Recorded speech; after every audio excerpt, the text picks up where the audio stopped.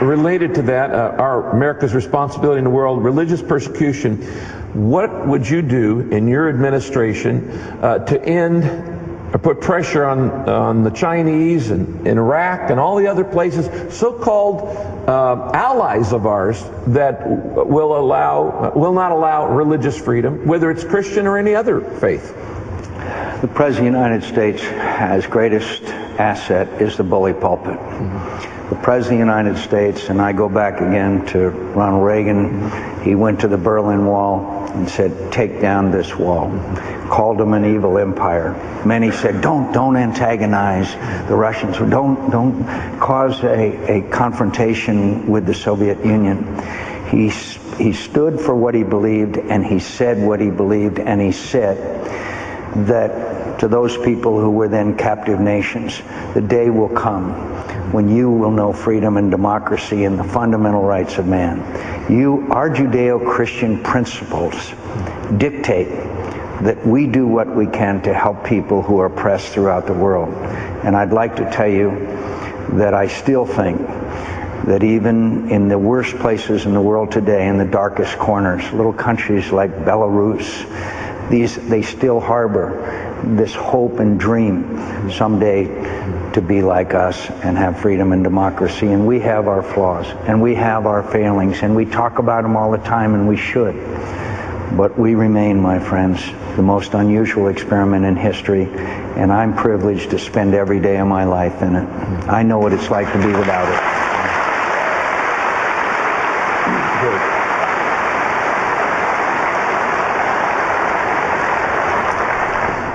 John, most people don't know that there are 148 million orphans in the world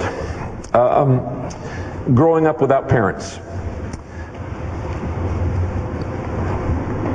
What should we do about this, and would you be willing to consider or even commit to something similar to the President's emergency plan for AIDS, which he said AIDS is an emergency, a PEPFAR. Could we do a PEPFAR for the emergency plan for 148 million orphans? Most of these, they don't need to grow up in orphanages. They need to be in families. And many of those families could take them in if they had some kind of assistance. Well, I think we have to make adoption a lot easier in this country. That's why so many people go to other countries to be able to adopt children. My great hero and role model, Teddy Roosevelt, was the first modern American president to talk about adoption and how important it was.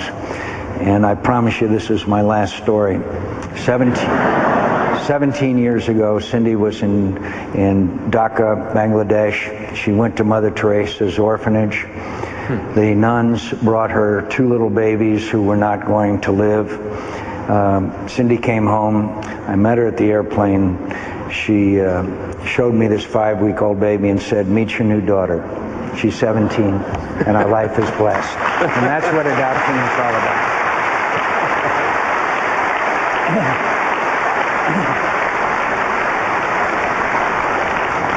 All right, you've got 1 minute to answer this one, and that is, why do you want to be president? I want to inspire a generation of Americans to serve a cause greater than their self-interest. I believe that America's best days are ahead of us, but I also believe that we face enormous challenges, both national security and domestic, as we have found out in the last few days in the case of Georgia. And I want to make sure that everybody understands that this is a time for us to come together. Throughout my life, from the time I was 17 and raised my hand and was sworn in as a midshipman at the United States Naval Academy, I've always put my country first. I put my country first when I had the honor of serving in the military, and I had the honor of putting my country first as a member of the House of Representatives and then the United States Senate. America wants hope. America wants optimism. America wants us to sit down together.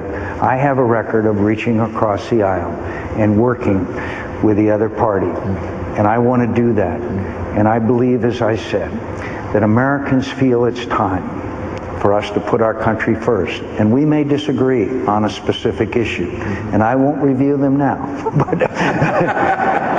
But I want every American to know that when I go to Gee's Bend, Alabama, and meet the African American women there who are so wonderful and lovely, an experience I'll never forget.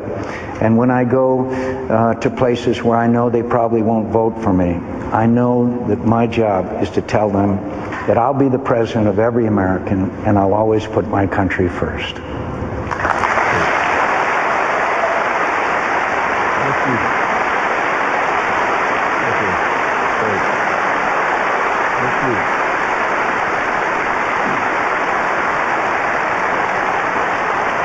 All right, 20 seconds left. What would you say to people who oppose me asking you these questions in a church?